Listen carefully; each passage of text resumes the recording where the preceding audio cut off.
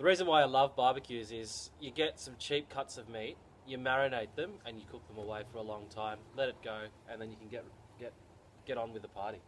Perfectly. Said it perfectly. Agree 100%. So cheap meats, I'm talking ribs. Yep, ribs. Chicken wings that we spoke about in our spit video. We've got brisket here, which is sort of this side of the cow. Very cheap.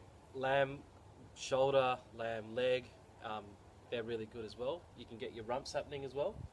Yep. Pork neck also works really well. One thing we haven't really explored though yet is seafood, but you know, getting that happening is really good. And yep, seafood's really good too. And I grew up in Glebe, great place, great part of Sydney, right next to Sydney Fish Markets, which is the biggest in the Southern Hemisphere. And you can actually get cheap seafood if you just go early, check out the prices, compare a couple of shops. But we'll get to that in another episode. So, recently you went to the US and you went to the home of smoking barbecues. How was that? Well, semi-lie. But did go to the US, went to Vegas, had a great time. Highly recommend it. Yep. Went to New York, and in New York there's a big thing now with all the hipsters about doing Texan-style smoking. So Texan-style barbecue in the US is massive. But it's branching out from Texas and going to places like New York, and the food scene in New York, just all over it. Great barbecue. So let's take a step back. What is smoking? So Texan-style smoking is a hot smoking at about 110 to 125, so still quite a cool heat. Indirect smoking with hardwood. So get your hardwood. In America they do it with nut trees, oak. Some of those trees are hard to find here, but any hardwood will do. Hickory? Hickory, you can do it with hickory as well. Typically you get hickory chips, which burn quicker, which means they release a lot of smoke quickly. The best thing about hardwood, especially if you've got one of these, is it burns for a long time, releases the smoke over a long period of time at a low temp. So that's key. So you went out to Texas and you got to taste a few of the Texas-style barbecues. What was the difference? So the Texas-style barbecues, it's crazy. So they do all the cheap cuts of meat. So ribs are very big, and everyone knows about ribs. But I didn't know about brisket until I went over there. Brisket, very cheap cut of meat, very fatty, cartilaginous. I think that's how you say it. And they cook it for a very long time on smoke, hot smoke, at a low temperature. So if you're typically baking anything in the oven, 180 is the stock standard temperature. This is cooked much lower than that. So 110, 120 degrees will get you there. So that's like a 6-hour job? It's actually longer. So typically they cook it for 8 to 12. Now most people don't get that time. Can do less meat and cook it for a shorter time. So less mass, cooks more quickly. So this is our new toy right here. Where'd you get it from? How do we do it? What's going on? Yep, so I wanted to bring one back from the States, but the big smokers are sort of 20 feet long and smoke 1,000 kilos at once. Didn't go all out. Got this baby from Bunnings. It's relatively new at Bunnings, $160, very good price. Doesn't have a side smoker, which is typical, but you can smoke with the fire burning inside, which is what we've done today. So what is the process? How is it actually cooking? I mean, when you think barbecue, you get it really hot, you put your meat on there, you flip it a couple of times. That's how you cook.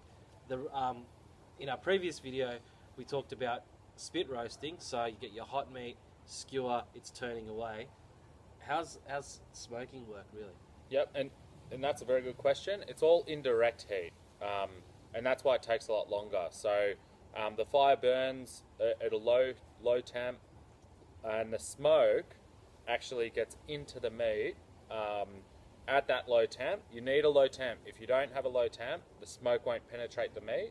You get a very nice ring of pink or reddish coloured meat, which is sort of the smoke getting in, and then the heat cooks the meat through.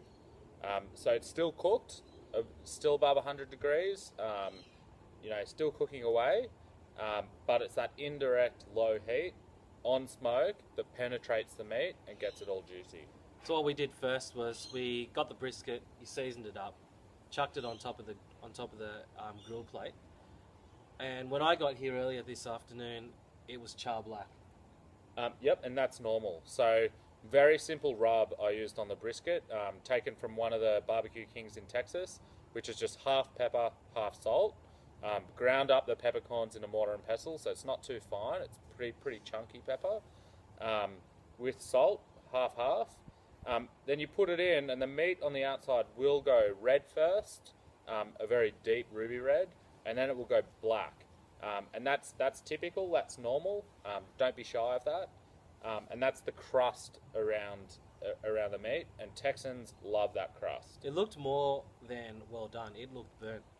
Yeah, and it does. But it's had low heat, but that's the smoke working on the meat. And then after that, we got that black crust happening. Yep. So a bit of a rewind. Started the fire at about 8 o'clock this morning. Having a bit of an NRL Grand Final party today, so got it on early. Know that it will take 8 hours. Just kept the fire going, checking the fire, making sure there's enough wood. Gets a black crust, but on the inside it'll get to about 190 degrees Fahrenheit. You can tell I've been reading a lot of American style stuff, and that's when it's done. So it's about 110 degrees. Yeah, about 110, and all the fat on the inside of the meat just melts at that temp. And when you know it's melted, when you know the meat's just relaxed, after that period of time, you know it's good to go. So to get the fire going, Richard got some charcoals happening, and a big fat log of wood. Yep. That caught alight. That's all inside this kettle right here, but ideally you want to have a separate unit. Yep. Separate firebox. And that the key for the separate firebox, having the fire, one, the direct heat furthest from the meat. Two, is you can always check the fire. So what the most important thing about getting it right, controlling temperature, is how the fire's burning. In this, we've sort of cheated, used half coals, half wood, and that's because coals burn at a very consistent temperature. So a few coals with some wood will get you that temperature and that smoke release for the whole time. So it's quite easy to get this going. We just bought a simple kit from Bunnings. Yep, very simple. Marinated the meat, got the fire going, and away we went. So for those of you who really love smoking, my brother and his friends, they love sort of creating beef jerky. Yep. They love kind of smoking just simple meats and getting that happening. You can do it as well on your regular old kettle barbecue. You can. So typically on your regular kettle barbecue, especially if you have coals are better. They burn at a stable temp, give that smoky flavour. Smoking chips are a must. And what you want to do is you don't want the chips to burn, as in flame, because then they don't create any smoke. So pour some beer over them? Yep, soak them in beer. That's the best way. Soak them for at least half an hour minimum. I also get them in alfoil and make a bit of a pack. Just poke 2 holes in it with either a knife, screwdriver, whatever you've got around, and then put them on top of the coals. And that'll burn them at a very, very, oxygen deficit. Yep. It'll burn them. That's why you wrap them up, and it'll release the smoke over a long period of time. Do you need a kettle barbecue to do that, or could you do it on one of those sort of conventional gas barbecues? So the key is having a lid. You need a lid, otherwise the smoke goes everywhere, right? It's not rocket science. The one thing that I've noticed about kettle barbecues is that lid sits very snug, they're very tight, and so it's just easy to use. You get that circulation of the smoke as well. So there you have it, a quick sort of introduction to smoking barbecues. It's easy, you just need a bit of patience. This is going to be a 2-case day. If you've got any other questions, hit us on the email, info@shadydesigns.com.au. And this has been our introduction with Richard and a Riff to smoking barbecue. See you later. See you guys.